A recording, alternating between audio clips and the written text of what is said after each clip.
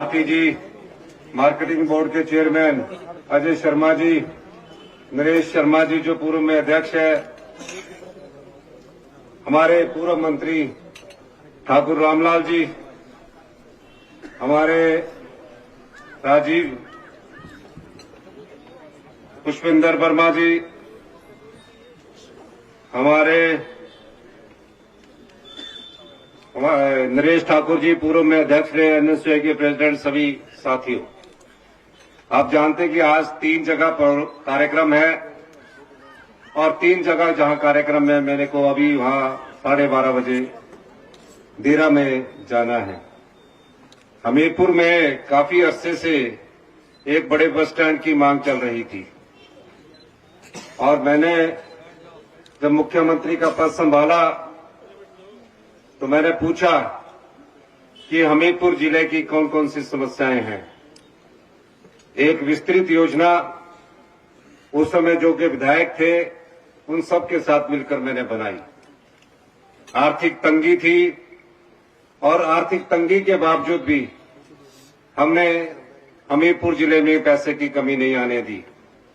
चाहे विधायक हमारे सुजानपुर के थे, चाहे बड़सर के थे, चाहे मेवा के थे, चाहे हमीरपुर के थे, योजनाएं बनी और मैंने कहा कि इस जिला को दूसरे बार सौभाग्य प्राप्त हुआ है कि यहां से कांग्रेस का मुख्यमंत्री बना है।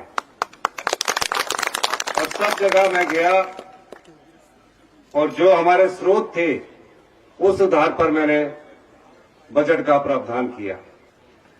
15 साल पहले जिस बस स्टैंड की नींव पूर्व मुख्यमंत्री प्रेम कुमार धूमल जी ने रखी थी, भारतीय जनता पार्टी की सरकारें आई लेकिन उनके सपने को कोई पूरा नहीं कर सका। मुझे ये बताते हुए खुशी हो रही है कि जब मैं हमीरपुर में आया तो मैंने कहा कि यहां जो भी है पहले उसका टेंडर होना चाहिए और टेंडर के बाद मैं शिलान्यास करने आऊंगा। और आज 55 करोड़ रुपए का ये टेंडर हो चुका है और ये बस स्टैंड 1.5 साल में बनकर तैयार होगा। हमीरपुर क्षेत्र में कितनी भी सड़कें हैं उनको कैसे डबल लेन किया जाए, योजना को आकार दिया गया और उस आधार पर मैंने उनको कार्य शुरू किया। मैं ये बात इसलिए कह रहा हूं, सुजानपुर में टोनी देवी का कॉलेज था, सुजानपुर में सिविल हॉस्पिटल को अपग्रेडेशन करने की बात थी और हमीरपुर की जनता की जो आकांक्षाएं थी उसको पूरा करने का दायित्व मेरे कंधों पर था और वहां के स्थानीय विधायकों पर भी था। मैं उनके बारे में कोई ज्यादा चर्चा नहीं करना चाहता, लेकिन 27 तारीख को जब बजट प्रस्तुत किया जा रहा था, राज्यसभा की वोटिंग थी, रात को हम सारे विधायक इकट्ठे होकर खाना खाया, सुबह का ब्रेकफास्ट किया। मैं कल्पना भी नहीं कर सकता था कि हमीरपुर जिले के 2 विधायक कांग्रेस पार्टी के उम्मीदवार को छोड़कर भारतीय जनता पार्टी के उम्मीदवार को वोट डालेंगे। मैं ये सोच भी नहीं सकता था कि जिस कांग्रेस की विचारधारा और हाथ के चुनाव पर वो चुनकर आए हैं, रात भर हमारे साथ रहे और अगले दिन पार्टी के विरोध में खड़े हो गए। पार्टी के खिलाफ उन्होंने मत दिया और मत करने के बाद 6 विधायकों ने हमारी क्रॉस वोटिंग की। उसमें मैं नहीं जाना चाहता, लेकिन इतना कहना चाहता हूं कि जब आप जिस पार्टी की विचारधारा से चुनकर आते हैं और आपके जिले का अगर मुख्यमंत्री हो, अगर उसको भी आपने धोखा देना था तो आपने मुझे बता देना था कि हम पार्टी में आपके खिलाफ है, आपको वोट नहीं डालना चाहते। लेकिन अगले दिन बजट था और बजट के समय जिस प्रकार की राजनीतिक चाल उन लोगों ने चली कि अगले दिन सरकार गिरनी चाहिए, भारतीय जनता पार्टी ने हमारे विधायक चुरा लिए और भारतीय जनता पार्टी के लोग चाहते थे कि 28 तारीख को जिस दिन हमारा बजट प्रस्तुत किया जा रहा था, वो बजट आप लोगों का बजट था, गरीब आदमी का बजट था, आम आदमी का बजट था, कर्मचारी वर्ग का बजट था, पुलिस कर्मचारी वर्ग का बजट था। वो पास होने नहीं देना चाहते थे, क्योंकि वो बजट दूसरा मेरा आत्मनिर्भर हिमाचल का बजट था, जहां सभी का सम्मान किया जाना था। मुझे पता लगा टीवी में चल रहा है कि मुख्यमंत्री जी ने इस्तीफा दे दिया। मैं परेशान हो गया। मैं अंदर बैठा हुआ बजट की अभी तैयारी कर रहा था। अधिकारी मेरे साथ बैठे थे कि टीवी में एकदम फ्लैश चलने लगा। 1 घंटे तक मैं बजट को ठीक कर रहा था। उस बजट में मैंने कहा जो हमारी विधवा बहनें हैं, 1,15,000 के करीब हमारी विधवा बहनें हैं, उन विधवा बहनों के बच्चों की सारी पढ़ाई का खर्च 27 साल की उम्र तक सरकार उठाएगी। मैं उसमें स्वीकृति प्रदान करने वाला था। यही नहीं, जिस तरह अनाथ बच्चों की सारी पढ़ाई का खर्च हमारी सरकार ने पिछले बजट में किया था, इस सरकार हमने अभी इस बजट में हमने विधवा बहनों के लिए खर्च किया। मनरेगा में हमारी बहनें जो मजदूरी करती है, और पुरुष मजदूरी करते हैं, उनको भी हमने 60 रुपए बढ़ाकर ऐतिहासिक फैसला किया। भारतीय जनता पार्टी उस बजट से बुखलाई हुई थी, लेकिन मैं धन्यवाद करना चाहता हूं हमारे सभी विधायकों का, जो इस विपदा के समय कांग्रेस पार्टी के साथ खड़े हुए और सबने एकजुटता से कांग्रेस पार्टी का जो बजट प्रस्तुत किया उसको पास किया। मैं भारतीय जनता पार्टी के नेता जयराम ठाकुर जी को कहना चाहता हूं, सत्ता आती है, सत्ता जाती है, लेकिन लोकतांत्रिक मूल्य जिंदा रहने चाहिए। जब जनता ने 5 साल चुनकर उनको भेजा होता है, 5 साल के अंदर उनको अपना परिणाम दिखाने का मौका पूरा मिलना चाहिए। वो किसी भी प्रकार से राजनीतिक सत्ता हथियाने की कोशिश करें, दावे के साथ कह सकता हूं कि हम 5 साल आपकी सेवा करेंगे, हमको सेवा करने से कोई नहीं रोक सकता। बार बार गारंटियों की बात करते थे। मैंने आर्थिक स्थिति का जायजा लिया। हम आर्थिक बदहाली के दौर से गुजर रहे हैं, लेकिन 14 महीने में मेरी सरकार ने भ्रष्टाचार पर जो लगाम लगाई, उसके कारण हमारा राजस्व बढ़ा। 14 महीने तक हम नीतियां बदलते रहे, कानून बदलते रहे। माइनिंग माफिया के खिलाफ हमने एक आंदोलन छेड़ा।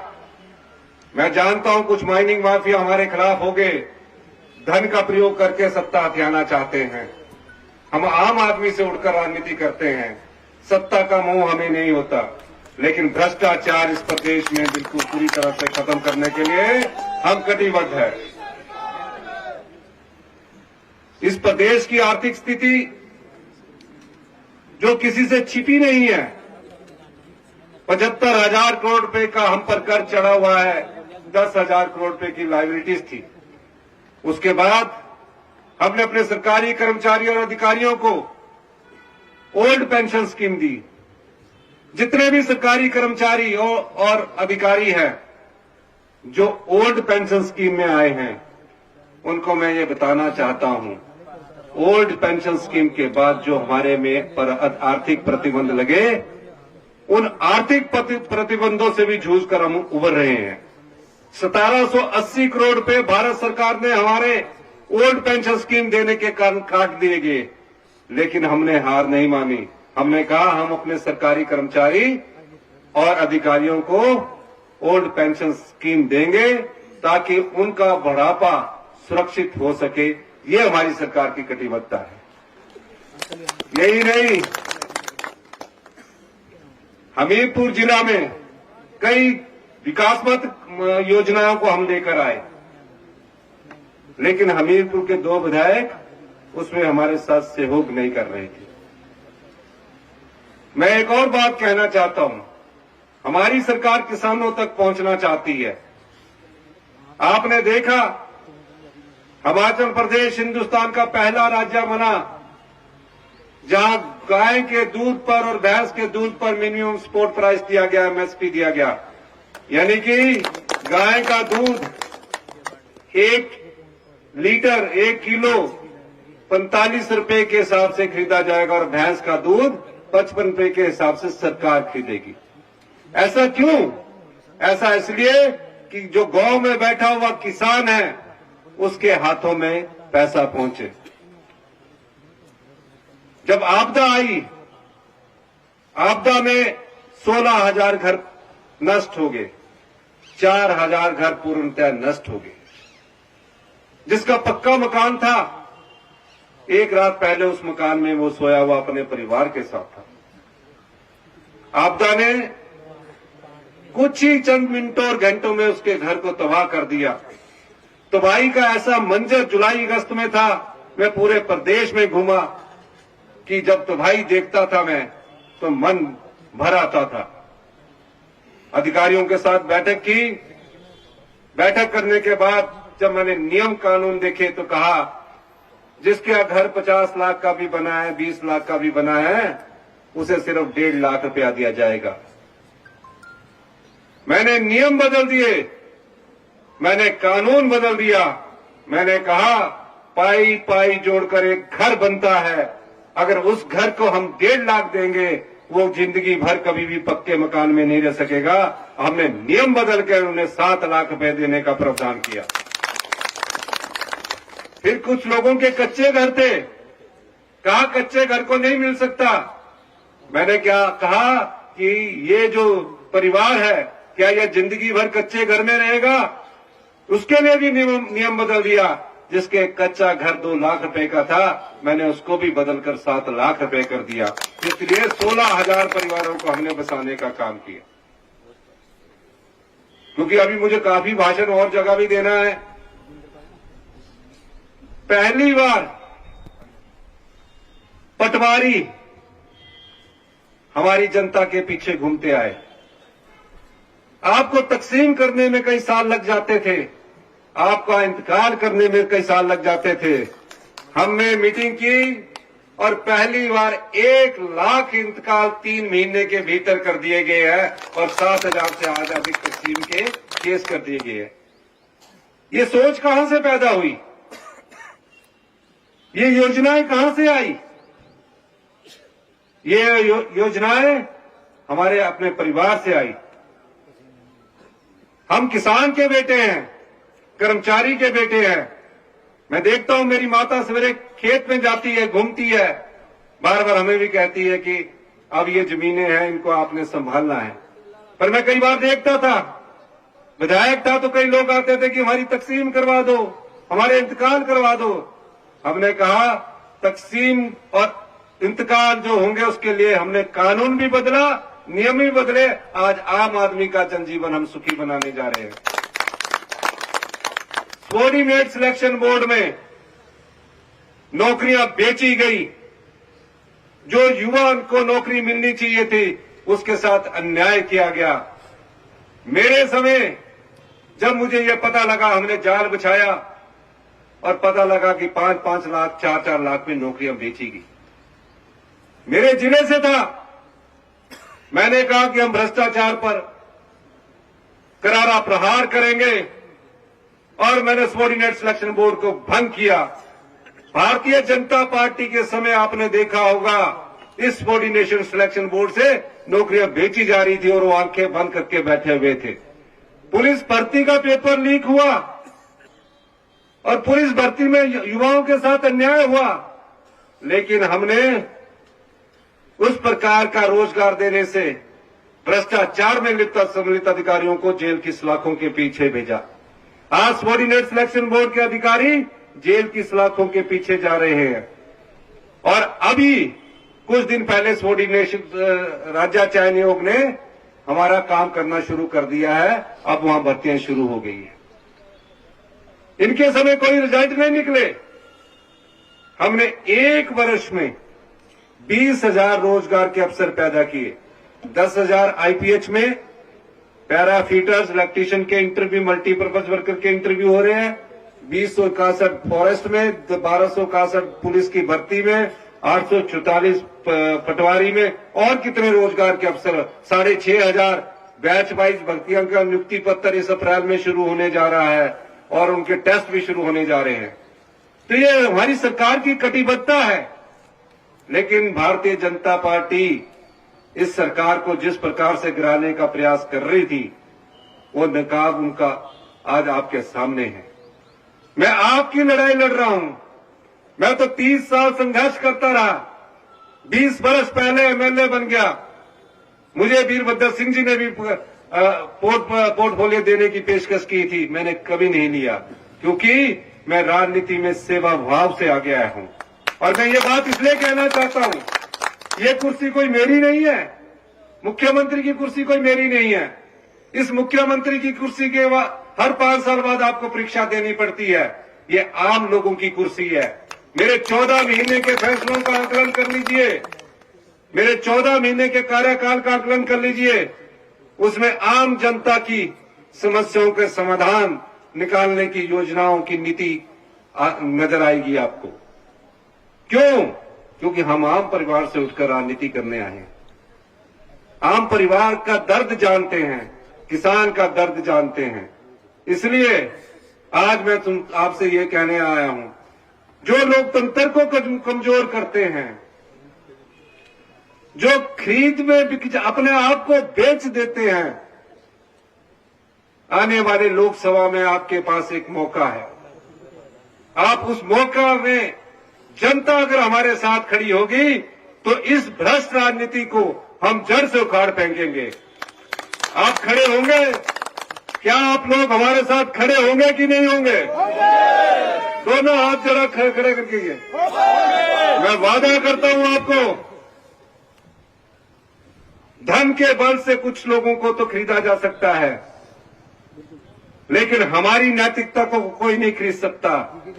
हम आम लोगों से उठकर आए हैं, आपकी सेवा के लिए आए हैं, और मैं दावे के साथ कहता हूं कि हम 5 साल अपनी सरकार चलाएंगे।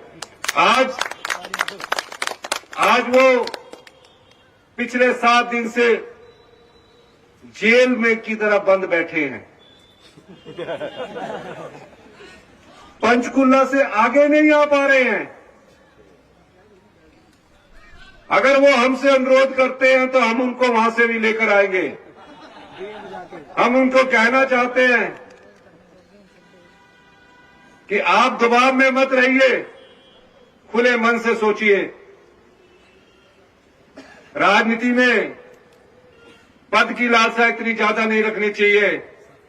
पद तो आते जाते रहते हैं, और जो व्यक्ति इंसानियत को जिंदा रखता है, ईमानदारी को जिंदा रखता है, नैतिकता को जिंदा रखता है, वो इतिहास बनाते हैं, वो इतिहास में लिखे जाते हैं। यही मैं कहना चाहता हूं। इन्हीं शब्दों के साथ मैं हमीरपुर की जनता को ये बस स्टैंड की जो मांग थी वो 1.5 साल में पूरी करने की आपको वचनबद्धता देता हूं। और महिलाओं को एक और मैं खुशखबरी देना चाहता हूं। 18 साल से ऊपर की जितनी हमारी बेटियां हैं, माताएं हैं, बहनें हैं, कल हमारी कैबिनेट होने जा रही है, उसमें हम बजट का भी प्रावधान करेंगे और 1 अप्रैल 2024 से 18 साल की सभी बेटियों को, महिलाओं को हम पेंशन की इंदिरा गांधी प्यारी बहना सुख सम्मान निधि से सम्मानित करने जा रहे हैं। ये हमारी गारंटी थी जिसको हमने पूरा किया। इन्हीं शब्दों के साथ आपका बहुत बहुत धन्यवाद। जय हिंद, जय भारत।